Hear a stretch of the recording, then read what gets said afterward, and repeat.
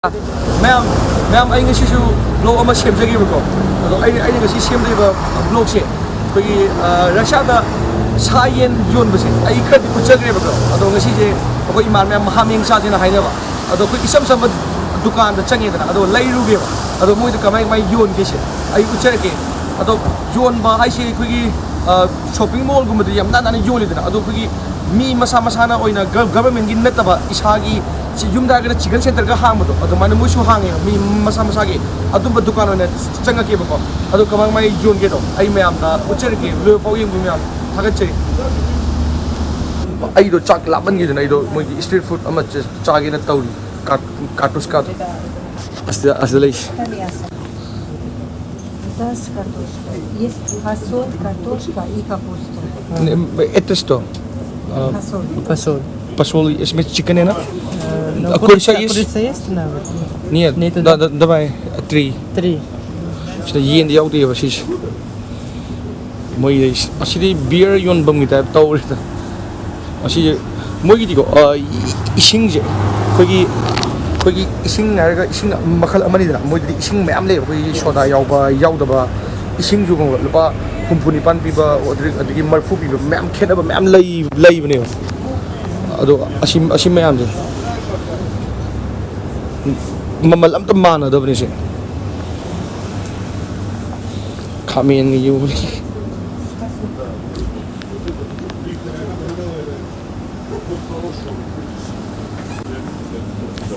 Gila.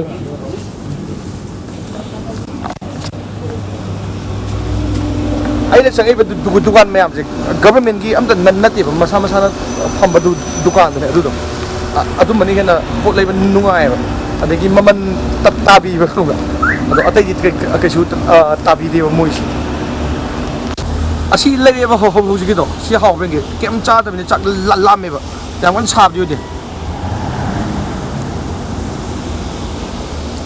hậu giờ đi về sao bao nhiêu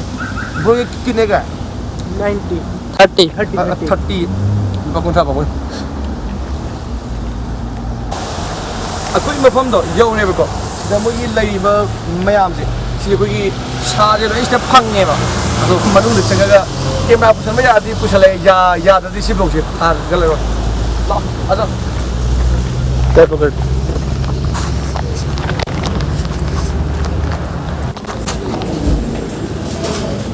Asi san ni moi bro ye beef na asi san sang tan san gi marin ni si ngak sang ngang yo bro ye to beef na modi san cha de asi ni san cha da aduga nakan na kena le bagi hot dog kumba asumangan aina lai du se kaino khang di tau is asi duga ga yaw da khang di bro aza दूसरा दिखते जो यहाँ पे नहीं हाँ साफ फजब दो अब तो याव दियो अतोपदा अतोबीदा अथांगाबदा येंग ना नो आजा उस तरह असोमिदा मु येंग आदल लैरि से असिदा मु असिदा यावरे केनो हामेंग ने आइना थिरई जे असी खुयो मोगी दुकान ने से कोई मसाम सागी दुकान ना हांग जब असी दिन ओक्सा ने से पोक good baran हाँ मोगी कलेजा जो स्कूल के रुबले अदिन किलोग्राम में चित्तीरे अदुदी 2 किलो में हो जाएगा ना हाँ स्कूल का ना दुआ आस ब्रो ये तो सब हड्डी है असी मरू जी होंगे बेरा आनी है तिलो को यो ले जी मुझे असी ना मैता ने से अदुगा सिना की प्लेट तो चाना पर शेट हमने से असी थाव ꯑꯁꯤꯗꯤ ꯀꯩꯅꯣ ꯈꯪꯗ꯭ꯔꯦ ꯃꯣꯏꯒꯤ ꯃꯔꯨ ꯃꯔꯥꯡ ꯌꯣꯜꯂꯤꯁꯤꯗꯤ ꯕ꯭ꯔꯣ ꯃꯣꯏꯒꯤ ꯁꯥꯗꯟꯁꯦ ꯌꯦꯡꯉꯣ ꯆꯥꯎꯋꯦ ꯁꯤꯗꯤ ꯑꯩꯈꯣꯏꯁꯦ ꯂꯩꯔꯦ ꯀꯤꯂꯣ 2 ꯑꯗꯣ ꯃꯣꯏꯒꯤ ꯃꯐꯝꯁꯦ ꯑꯩꯈꯣꯏꯒꯤ ꯂꯣꯀꯦꯜꯒꯤ ꯇꯥꯏꯞꯇ ꯇꯧꯕꯅꯦꯕ ꯁꯣꯞꯄꯤꯡ ꯃꯣꯜꯗꯒꯗꯤ ꯌꯥꯎꯋꯤꯗꯅ ꯏꯟꯖꯥꯡ ꯅꯥꯄꯤꯁꯦ ꯑꯗꯨꯝꯕ ꯃꯐꯝ ꯅꯠꯇꯦꯕ ꯑꯩ ꯂꯩꯁꯦ ꯑꯩꯈꯣꯏꯒꯤ ꯃꯁꯥꯅ ꯑꯣꯏꯅ ꯌꯣꯟꯖꯕꯗꯣ ꯑꯗꯨꯝꯕ ꯃꯐꯝꯅꯦꯕ ꯅꯍꯥꯟꯒꯩ ꯂꯩꯕꯗꯤ ꯑꯁꯤ ꯃꯐꯝꯁꯤꯅꯦꯕ ꯑꯗꯣ ꯌꯥꯎꯍꯧꯗꯕꯒꯤ ꯁꯤ ꯑꯣꯏꯅ ꯂꯩꯔꯕ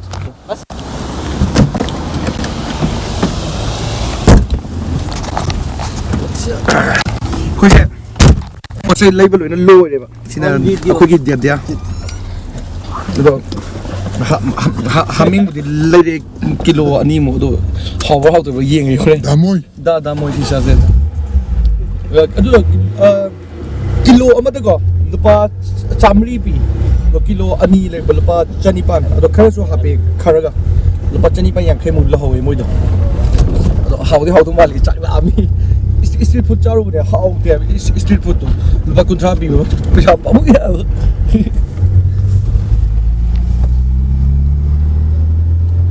ꯅꯣꯡ ꯇꯥꯃꯤꯅ ꯋꯦꯗꯔꯁꯦ ꯃꯌꯥꯝ ꯀꯣ ꯑꯩꯈꯣꯏ ꯔꯨꯝꯗ ꯌꯧꯔꯦꯕꯀꯣ ꯑꯗꯣ ꯀꯩꯅꯣꯕꯨꯗꯤ ꯁꯥꯗꯨꯕꯨꯗꯤ ꯍꯥꯃꯦꯡꯗꯣ ꯊꯝꯃꯝꯃꯦꯕ ꯀꯤꯆꯟꯗ ꯑꯗꯣ ꯑꯩ ꯔꯁꯤꯌꯥꯒꯤ ꯄꯩꯁꯥ ꯑꯃꯨꯛ ꯎꯠꯂꯛꯀꯦꯕꯀꯣ ꯑꯩꯅ ꯎꯆꯦꯛꯀꯤ ꯃꯆꯨ ꯌꯥꯝ ꯐꯖꯕ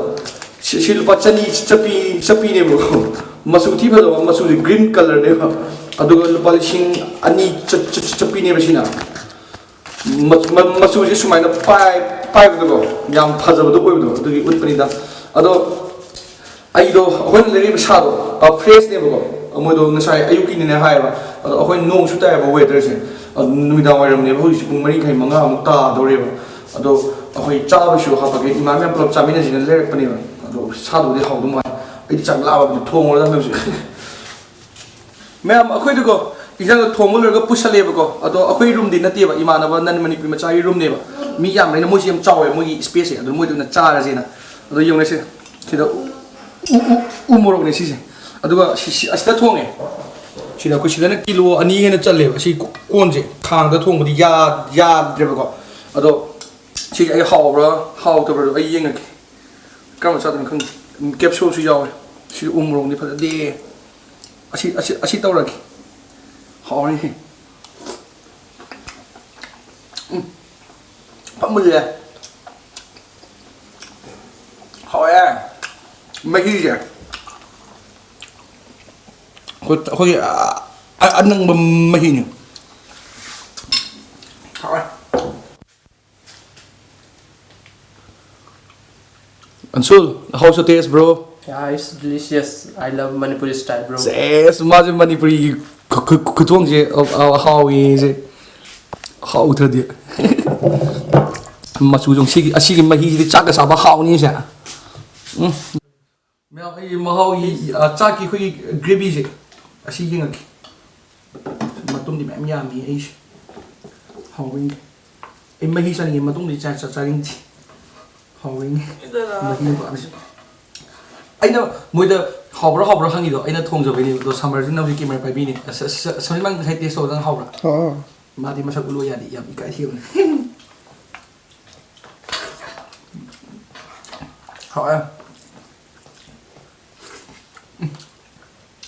फजे या अइ थोंगा पा हाउ हाउ याम अइ थोंगा हेलेदो ओ हाउ अदो अइना समाना ब्लॉग सेमजैदो मोगी खुयोंदो सुम उज्जनिंग यम नाना योम ले अदो कायना नांदबसु लैबो अदो अइना गसि उलिदो खोगी नॉर्मल खोगी चिकन सेंटर ग योंबदो दमाना युमदा चिकन सेंटर ग सेमदो अदुम्बने मोगी दना हाय मोगी लमजिदा अदुम्बने उज्जनिंग बै सुम उज्जबने मेरे को भी टेस्ट करिए यार जरा करो तो या मैं टेस्ट करता हूँ जरा हां कैसा है आराम से खाओ उसके बाद बोलो कि क्या है मस्त है यार मिर्ची क्या बहुत मस्त है मिर्ची थोड़ी ज्यादा होती है नमक खा के देख जरा अखोदी मोरोक साबदो अदुइने मिर्ची ज्यादा क्या No, it's fine, bro. A bro ma'am I video से साइड लोइसिनजरगेबको आइदो चाबा लोइरेबा चाक चाबा तोपा अदो चाक चाबा लोइंगारिबा मोरक साबगी केनो तो नाकोंजे असुमाइ तोय अदो आई वीडियो से नुआइद्रसु